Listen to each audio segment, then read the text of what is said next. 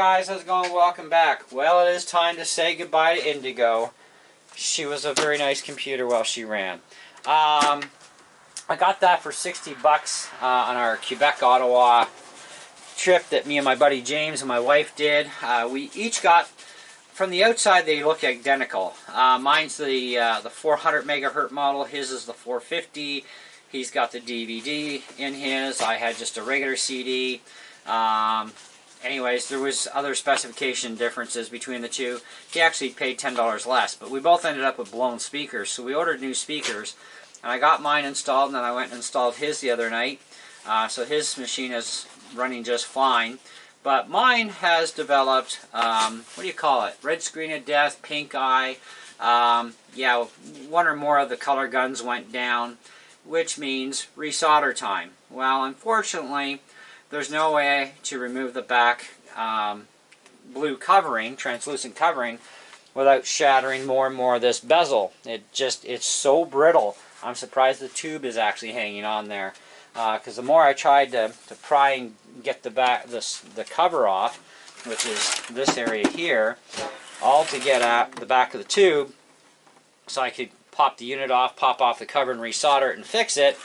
That's all that ever goes wrong. At least in my experience, from rebuilding lots of them.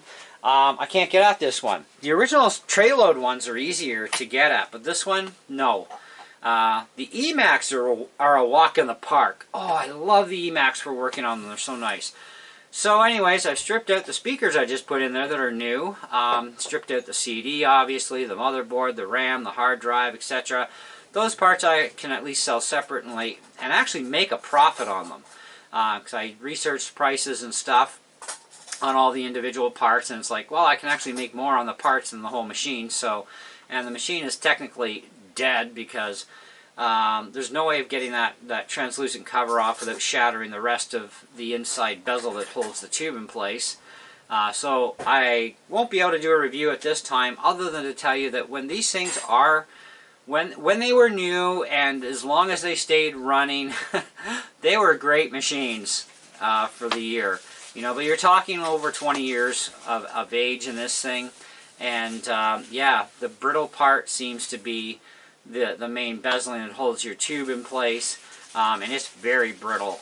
The rest of the plastic is holding together rather well, which is quite surprising in comparison, but different makeup of structure of plastic, I'm sure. But without being able to get that translucent cover away from the bezel area, I can't work on it. So, and it's shattering and more as I try to get it off. So, what the heck? We're saying goodbye to it. But if you want a review on it, I would say that, you know, when they came out and everything and for what they were, they had different versions. This was the CD version. Then they had the DVD version, which my buddy has, and a little bit faster processor too, like 50 megahertz. But hey, 50 megahertz is more. I ran OS 9.1 on this thing, and while it was running before pink eye or pink screen of death happened, it was fantastic. I really liked it. And with the new speakers in there, it sounded awesome.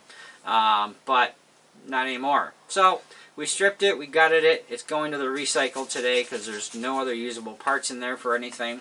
I mean, the tube is still good, but I'm not going to save a tube for, you know, that sort of thing, or even try and sell the tube.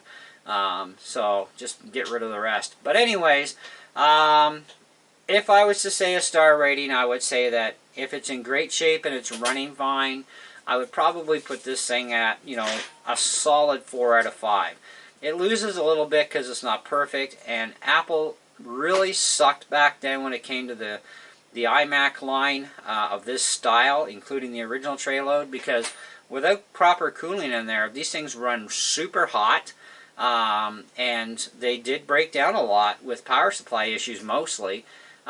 This one has never seen a power supply that I'm aware of, but it has definitely had the guns go bad on it finally for the color guns. So yeah, not bad after, I guess, 20 years, you know. But it's an easy fix if you can get things apart. You can just resolder it, recalibrate the guns, and you're fine.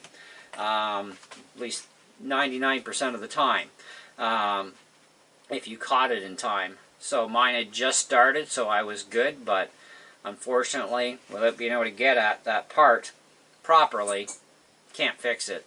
So, anyways, that's what I got for you. That's our review and our saying goodbye. So, see ya, Imac. Nice knowing you. But the Imac is still running great, guys. It's perfect.